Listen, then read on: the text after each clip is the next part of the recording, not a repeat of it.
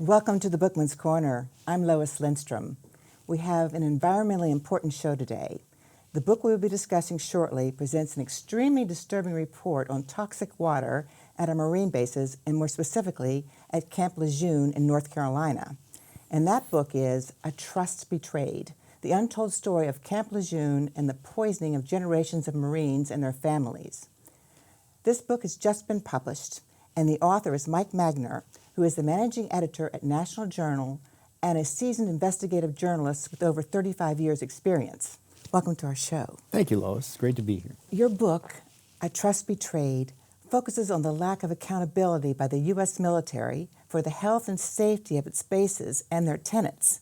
You wrote that the Camp Lejeune water contamination constitutes the largest and worst incident of a poisoned water supply in history. And to our viewers, if you ever wondered what water contamination could do to human health, read this book. Mike, how did you learn of the contaminated drinking water at Camp Lejeune? I learned about it actually about 10 years ago. I was working for an environmental news service, and we were working on a story about contamination at military bases, which is pretty widespread around the country. And I found out about a couple of former Marines, Tom Townsend and Jerry Ensminger, who had just learned about a study that had been done of children that were born at Camp Lejeune. This was in '97. They had finally gotten a study out about what might have happened there. And when these guys found out about it, they immediately connected it to the deaths of their own children. Tom Townsend had a 6-week-old baby boy that died in 1967. Jerry Ensminger had a 9-year-old daughter who died of leukemia, and both of them died in the 60s and the 80s, and they had no idea why, because there was no history of any kind of diseases in their families. And so they began to investigate, and it turned into an enormous expose of what had happened at Very interesting. Camp Lejeune. Our viewers should know that you are also the author of the book Poisoned Legacy, The Human Cost of BP's Rise to Power, and a graduate of Georgetown University. Thank you. And you have a solid background reporting on environmental issues. I mean, how long did you spend working on this book? Actually, I followed the story and collected documents for over a decade. And then I finally got a contract to write it in 2012 and spent a year and a half doing the actual writing. Great. And what was the most surprising research you found for this book? Boy, there was a couple of things, but one of the things that was most surprising is essentially what happened was the water at the base, the drinking water, was contaminated for as long as 4 decades. 4 decades. From the time the base opened in North Carolina in 1941 to train Marines for the beach landings that they were going to be doing in World War II. Right? And it grew exponentially after that time, and is now the division headquarters for all the Marines on the eastern half of the United States. And basically, they were dumping everything on the ground there: chemical weapons, wastes from weapons, used oil, acid from batteries. So were they digging holes in the ground and pouring? Some of them were just pits that they would pour stuff into. There was landfills, but some of it was just bad practices. For example, they used barrels of this industrial cleaning solvent called trichloroethylene, or TCE, which is essentially kind of like lighter fluid. It's strong as a degreaser. And they would use this at their motor pools and on the airfield, and just hose down all the equipment because it was great at taking off oil and grease. Oil and grease, right. And they would just deposit that into the ground. They would just let it run off. And the tragedy is that the Camp Lejeune is right on the shore of the Atlantic Ocean. So the soil is all very sandy. Yes. And so anything that you put on the land goes right down into the groundwater. And they were using the shallowest aquifer for their drinking water. So it's amazing. Well, why is this information on Camp Lejeune so underreported? I mean, isn't your book the first one to publish real facts about the toxic water at this camp? Well, there have been stories as developments occurred, but I think the thing is that it's been going on now for such a long time. They actually discovered the contamination in the early 80s, shut down wells that were contaminated in 1985, and then it wasn't until 12 years later when the first study came out that people began to realize that there were health problems caused by the polluted water at the base. So sad. And it's a continuing story because the CDC, the Centers for Disease Control, is doing more studies. They have found that adults were affected as well as children. Sure. Because the Marines train down there, and it's hot in North Carolina in the summer, hot and humid. So these guys would be out training in full equipment and all, and drinking gallons of this stuff every day.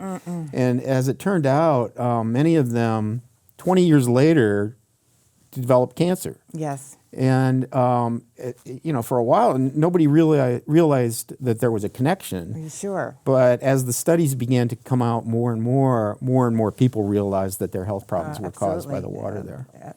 There's a huge connection. Yeah. Now, toxic public water entered the American consciousness in a big way in 1978.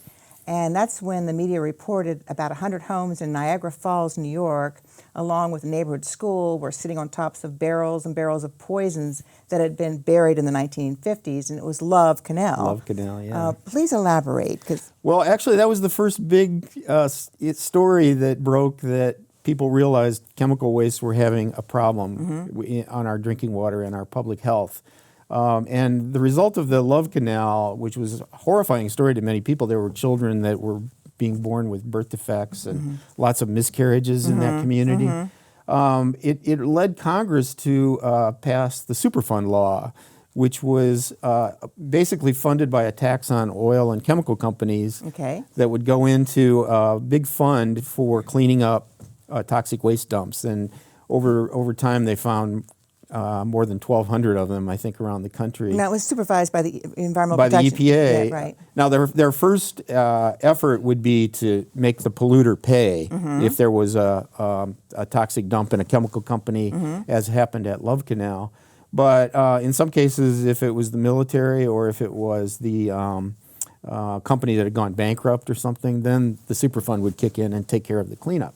But then part of the Superfund law is that once a site is found and declared part of the Superfund, the CDC has to do health studies. Okay. And that's to see who was affected. To determine who was affected. And that's what happened at Camp Lejeune. The base was declared a Superfund site in 1989 after so many wells had to be shut down. The EPA began to investigate. And then the CDC study kicked in, and that's when we began to find that children who had been born at the base had cancer and birth defects. Oh, so terrible.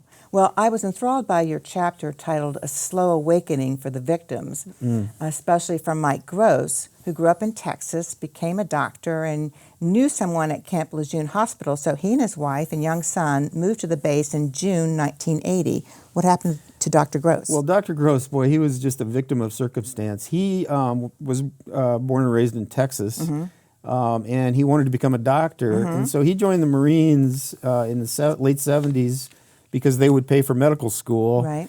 In return for each year of medical school, you had to do a year of service in the Navy.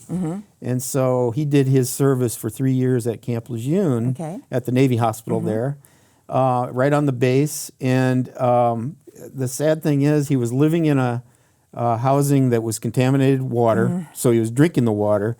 But even worse, he's a doctor. He was an OBGYN. So he was scrubbing every day, maybe a dozen times or more. Sure. And in hot water that was contaminated with these solvents, it's basically evaporating up into his, and he's breathing it as he's washing his hands. So he was getting a double dose of it. And he didn't realize it. You couldn't taste it in the water. You couldn't smell it. 20 years later, about 15 years later, he went back to Texas and had a great OBGYN practice. He was diagnosed with a form of Hodgkin's, not Hodgkin's lymphoma. Right. And he ended up having to have a bone marrow transplant. His son donated the bone marrow. And he is still alive today, but he's had to give up his practice. Right, very weakened. He's been basically trying to survive because there are all kinds of other health effects. And he realized that it was because of the water. Yes.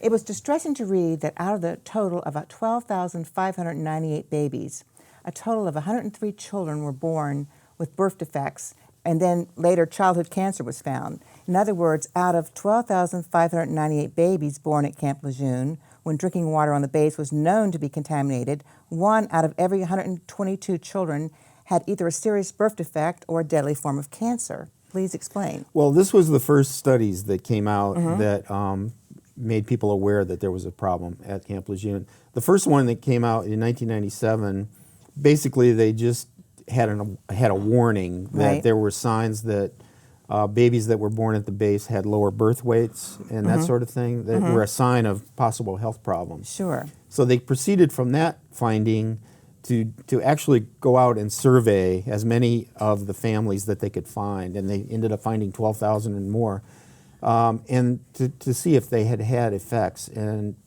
as you said, more than 100 of those families reported either a birth defect or a cancer. Yes. And this is years after the babies were born, so there was time for the cancers to develop.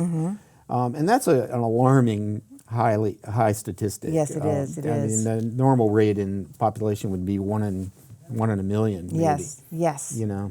Very, very alarming. And then government studies in the 1960s and 1970s proved that TCE in drinking water caused 12 cases of childhood leukemia in a community of only 35,000 people. I mean, what was the toxic level of TCE at Camp Lejeune known in the early 1980s? Well, the case you were referring to, I think, is civil action. If people have read the book or seen the movie about that case in Woburn, Massachusetts, it was a tannery that was using TCE as a cleaning solvent, got into the water supply, and there were a lot of children that were affected with leukemia.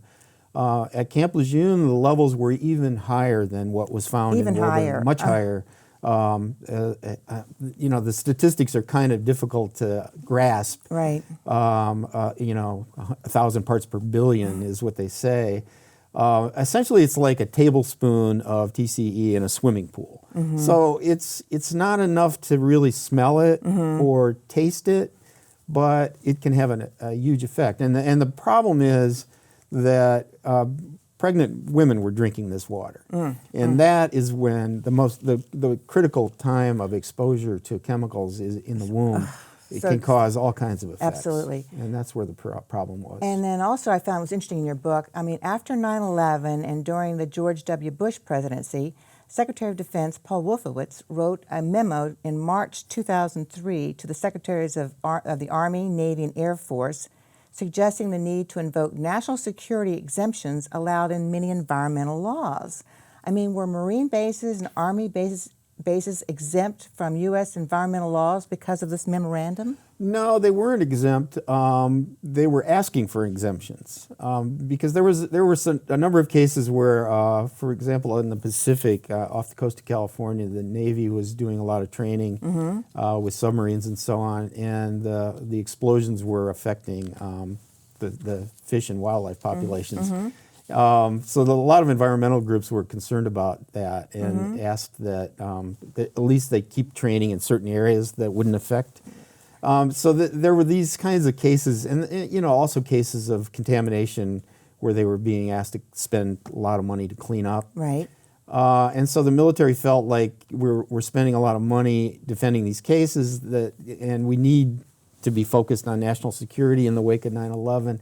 They thought they could convince Congress to exempt them from a lot of different environments, including the Superfund Law, Clean Water Act, and all of these other laws, Endangered Species Act. It turned out that the stories about Camp Lejeune were just starting to break at that time, so it was bad timing For those that wanted to change because a number of members of Congress were very concerned about what was going on at Camp Lejeune. Okay. And they brought in some of the victims, like Jerry Ensminger, to testify, and it convinced the committees that were asked to approve these exemptions that maybe it's not a good idea. Yeah, exactly. Well, our viewers should know that 141 military installations around the country were on the federal government's EPA Superfund list. I mean, what is this list and what is the significance of it? The Superfund list, as I said, at Love Canal, it triggered this. They realized that there were toxic sites all around the country. So, and so many of them in military installations, right? Yeah, hundreds of them, because the military was doing at all of its bases exactly what it was doing at Camp Lejeune, using TCE to hose down planes and tanks and equipment. They were also dumping oil and used oil, just like at Camp Lejeune. There were no real standards in the 60s and 70s for dumping. But that's all changed now. Oh yeah, now there are much stricter standards about how you dispose of hazardous waste. Thank goodness. But the effects are still there. Yes, yes. Right. Now, you also wrote that there were more than 20 sewage spills that occurred at Camp Lejeune between 1997 and 2004. I mean, in the private world, that would have been a felony. I mean, why? What was it in the military world? Basically, the EPA would fine them. If Fine them? Yeah, they would fine them if they were not meeting the standards. The fortunate thing is they were not drinking the surface water where the spills were going. They were not drinking the water out. The sewage spilling into the water there. But they were drinking the contaminated water underground. So it was... Well, so many marine families have had devastating medical diagnoses. I mean, do you have statistics to share about this? Well, that's the thing. It's unknown exactly how many people were affected because over the time the water was contaminated at Camp Lejeune, as many as 1 million people. 1 million people. 1 million went people. through that. This is over 4 decades at a marine base that at any one time can have more than 150,000 people on the base, including Marines and their families, and civilian employees and others. It's the headquarters for the Marine Division. And so there's a lot of people that go in and out of that base as they have tours. And sometimes many times the effects of these chemicals don't show up for 15 or 20 years. So somebody who was at the base drinking the water 15 years later gets a form of cancer, they have no idea that there was a connection. That's right. So, but we do know more than 1,000 claims have been filed for damages from people who believe that they were affected or family members were affected. Well, so it's at least that. Well, just curious, I mean, do the children living on a marine base test higher for ADHD or early puberty or obesity? I mean, I don't think anybody's ever studied that. But if you're drinking contaminated water, your mom is when she's pregnant with you, who knows what kinds of effects those chemicals can have on you. Your immune system has definitely been affected. Exactly. And what was the most shocking news you uncovered in your investigation of Camp Lejeune's toxic water problems? One of the most remarkable stories I couldn't believe, and I think that this really shocked even the Marine Corps. One of the guys who was born at Camp Lejeune in 1968, Mike Partain, his mom was drinking the contaminated water and had him. He seemed to be fine for most of his life, but at the age of 39, he was diagnosed with breast cancer. Breast cancer. I mean, isn't that unusual? Which is very rare for men. For men, yes. yeah. I think only 1% of maybe 10 out of 100,000 is men of breast cancer cases. Were there other men diagnosed? Well, here's what happened. He at the same time he was diagnosed, and he had to have breast surgery and chemotherapy. He was told by his father that Jerry Ansminger was being testifying in front of Congress, the other guy whose daughter died. They put 2 and 2 together that the CDC had come out with this study saying that it was looking at births from 1968 to 1985 at Camp Lejeune, and he had been born at the very beginning of that time period.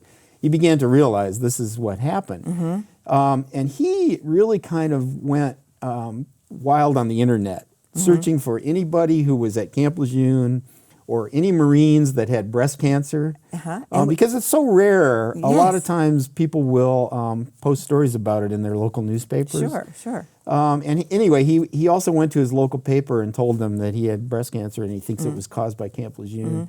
They did a story and it got picked up around the country, and other Marines began to contact him that said, my God, I was at the base and drinking the water and I have breast cancer. Oh my goodness. And this is unbelievable, but over the course of about 5 years of this, he found more than 80 men who had breast cancer who had been at Camp Lejeune.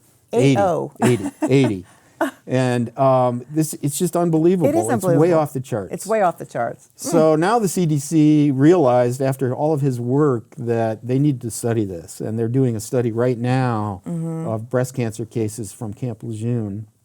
And it's a tragic story. One of the guys who came down with it, a guy named Tom Gervasi, he ended up having the mammography, and yet after he thought he was cured, the cancer had ended up spreading to his bones. He just died earlier this year. How sad, how sad. And there are others who had complications from it. Of course, of course. Well, did you interview the top brass in the military about the problems at Camp Lejeune? Did you? No, they did not want to talk. Oh, really? Basically, we used every statement they've ever put out about it in the book. They've been very careful, though. I think because there are lawsuits now filed by victims, and because there are so many cases still in the courts, I think the lawyers told the command, don't say anything, because if it ends up in black and white, it's going to end up in the courtroom. Okay. So they have not Nothing's been said said. anything, Okay. right? Well, for years after the water contamination was discovered at Camp Lejeune, the Marine Corps insisted there was no reason to shut down the water systems in 1981 or 1982 because none of them had violated drinking water regulations then on the books. Right. And the first federal regulation for TCE went into effect in 1987. But didn't the Navy have its own standards for drinking water that had been established in the early 1960s? They did. In the 60s, they said any kinds of toxic solvents should not be in the water, period. The Navy said that, right? The Navy said that, but it was not the force of law as a federal regulation. Okay. And so it was basically widely ignored. But not only that, they just never tested in the 60s and 70s for these kinds of chemicals. Okay. The first tests that were done were after an EPA regulation went into effect for a different chemical, trihalomethanes, which is a kind of a byproduct of the disinfectant process in drinking water supplies. When they tested for those, the lab found there were other chemicals in the water, and they issued a warning to the base that there are solvents in your water. But the base environmental people were really not very well trained in these kinds of things, just sort of ignored it. Yes. The other thing that was a kind of a complicating factor is they have more than 100 wells pumping, and they alternate them so that they don't overpump the aquifer. So at times they'd be pumping from a contaminated well. A couple of weeks later they'd be pumping from a clean well, and then when they test, there would be nothing showing up. Of course, yes. So it was kind of rotating, and they were unable to pin it down. Well, the stories of the young Marine families dealing with sick children is tough reading in this book. Tell us about the Janie Eisminger case. Janie was Jerry Ensminger's daughter. Right. She was actually not born at Camp Lejeune, but she was conceived at Camp Lejeune. So her mother was there for the first 3 months of her pregnancy and drinking contaminated water in housing that was known to be contaminated. Yeah, right. And they moved off the base. She was born, and there were really no signs of any health problems until she turned 7, and she was diagnosed with leukemia. And she fought it as a young child. She went through all the chemotherapy and all kinds of other treatments, but she finally died at the age of 9. That was in 1985. Jerry had no idea, her father had no idea there was a connection to the water because, like I said, they didn't know. That's right. And then he still lives near Camp Lejeune in North Carolina. And 97, when the CDC first came out with this study that said children might have been affected, he was watching on the news and saw a report about it, and he said he was watching as he was eating dinner, and he dropped his dinner on the floor. Of course. Made the connection. Of course, of course. And that really, when he found out that his daughter was probably poisoned at Camp Lejeune, he just went into a rage about it and spent up until now, he is still investigating and putting pressure on the Marine Corps to come clean, demanding justice. Yes. When were the residents at Camp Lejeune finally told about the water contamination? I mean, were people, when they finally learned, were they calling their representatives in Washington? Well, yeah, they had to get the Congress to force the Marines to tell people, because the Marine Corps didn't want to go out and notify people. They didn't? They didn't want to be finding out Yes. how big the problem was. Right, right. So while the CDC was doing these studies, in fact, they ran into a brick wall with the Marines. They wouldn't even share the database of who had lived at the base. Oh my So that God. the CDC could find it. Well, they cited privacy laws that said we can't turn over our database. Eventually they did, because the CDC said it was going to try to find these people anyway, and they realized how bad it would look if they were doing this without any help from the Marine Corps.